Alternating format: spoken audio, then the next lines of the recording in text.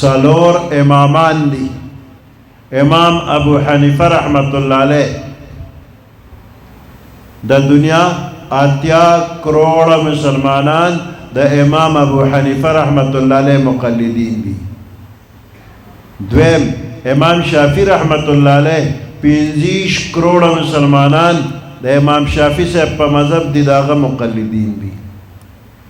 دریم امام مالک رحمت اللہ علیہ 60 کروڑ مسلمانان داغا مقلدین. اور سلورم امام احمد ابن حنبل رحمت اللہ علیہ 15 کروڑ مسلمانان داغا مقلدین. نو پا شریکا دا یو عرب اور 13 کروڑ مسلمانان دا دے سلورو امامان و مقلدین دے پا شریکا دیتا اہل سنت والجماعت ہوئی. ہر یو امام وی کہ زمان طرفنا تاسو تا کما مسئلہ درلا اگر دا قرآن نا مخالف ہوا یا دا حدیث نا مخالف ہوا نو میمنا نو معلومیگی کہ دا دوی دا خبر دا قرآن نا او دا حدیث نا راوتی دی. دا شمیر یو عرب اور 13 کروڑا نا مخکینی پخوانے دے. اس پا 2017 کے 9 مردم شماری چی شوی دا نو دا مسلمانان شمار دا 2 زیاد شوی دے. اس وقت کے 2 اربا او 20 کروڑ مسلمانان دی. طول دنیا کے 6 اربا انسانان دی. 2 اربا او 20 کروڑ پاکی مسلمانان دی او 3 اربا او 13 کروڑ پاکی غیر مسلم دی. نو دا سلور امامان وی زمانگ دا طرف نا کتاس تا مسئلہ دا رغلنو دا قرآن و دا حدیث نا مخالف ہوا میمنا یعنی دا با دا قرآن نا ثابت وی یا با دا حدیث نوی. پا قرآن کے ہر سشتا تبیانا لکل شے دا ہر شی بیان دے اور دا غشان پا حدیث مبارک کے ہم ہر سشتا ہم عام مسلمانان کہ کلا منگ تا مسئلہ پیخشی نو منگ براہ راست دا قرآن نا یا دا حدیث نا خپل مسئلہ زان لا نشو معلومونے. نو دا مجتہدین علماء لگی دلی دی محنت مشقت کڑے دی اور پا قرآن و پا حدیث کے کہ کم پٹے پٹے مسئلے وے اگر منگ تخکار کڑی دی اور پا قرآن و پا حدیث کے کہ کم پیچیدہ اور مشکل مسئلے وے دے فقہا مجتہدین اگر منگ تا آسانی کڑی دی. دوی دا زان نا خبری ندے کڑے بلکہ دا قرآن اور دا حدیث تشریح راتا کرے دا. دا زمان دا قرآن اور دا حدیث استازان دی.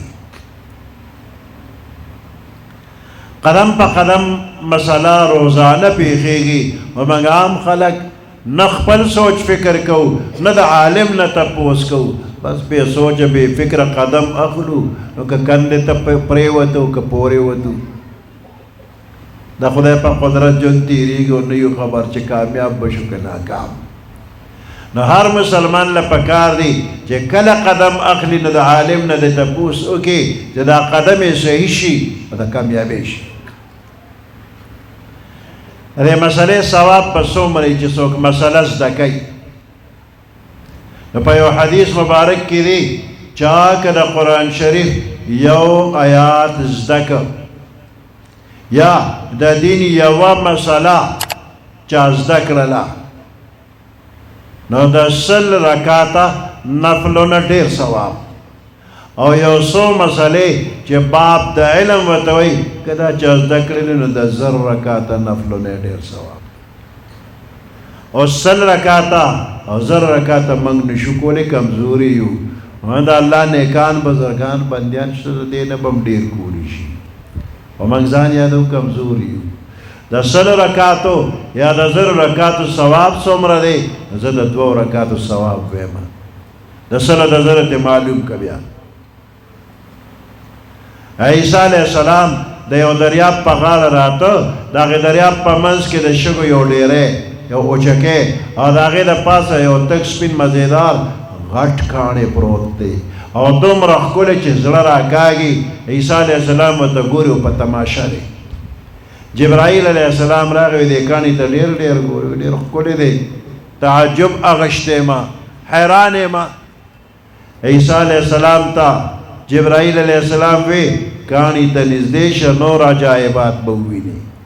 نو عیسی علیه السلام جبرائیل علیه السلام دواړه چې کاڼي ته نږدې شو کاڼي کې دروازه کولو شوله. عیسی علیه السلام چې دننه ورغی یو بزرګ په مانځه ولاړ دی او ډېر ښکلې طریقې سره مونځ کوي. مانځه نه فارغ شو عیسی علیه السلام ورسره خبرې وکړې د خدای نیکه بنده څونه موده کېږي چې دلته عبادت کې لګیا یې؟ وی 1500 کاله وشو. عیسی علیه السلام نورم حیران شو چې دا دونه موده عبادت کې دله به څونه ثواب وي. جبرائیل علیه السلام وی بهر روزه چې راووته سړي پسې دروازه بند شوله.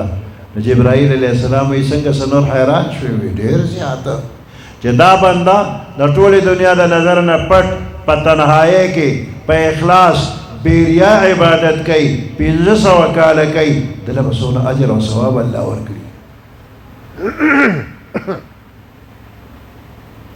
اوس دې ته حیران.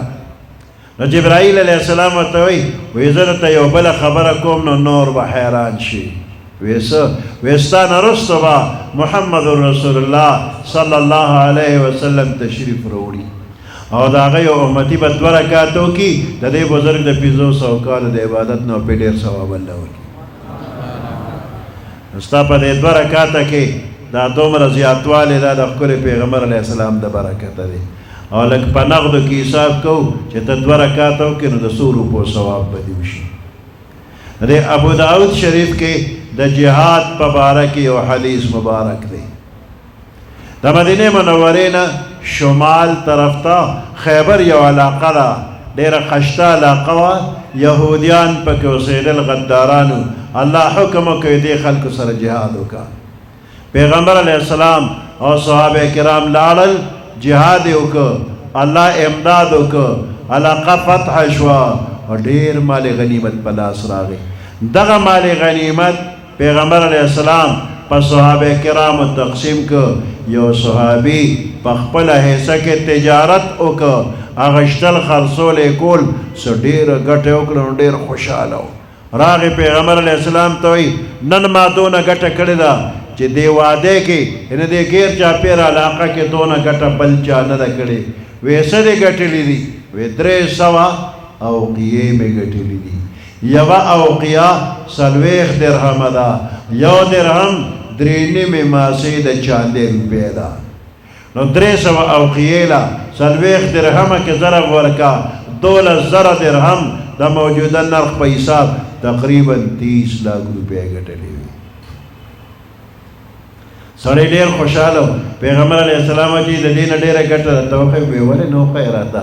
وایي د فرض مانځه نه وروسته چې څوک 2 رکعات وکړي نو دې نه به هم ډېر ثواب وشي. اوس تاسو ته د دې نه نور ډېر ثواب وښیم او د دې نه ډېر ثواب په دې دیني مدرسو کې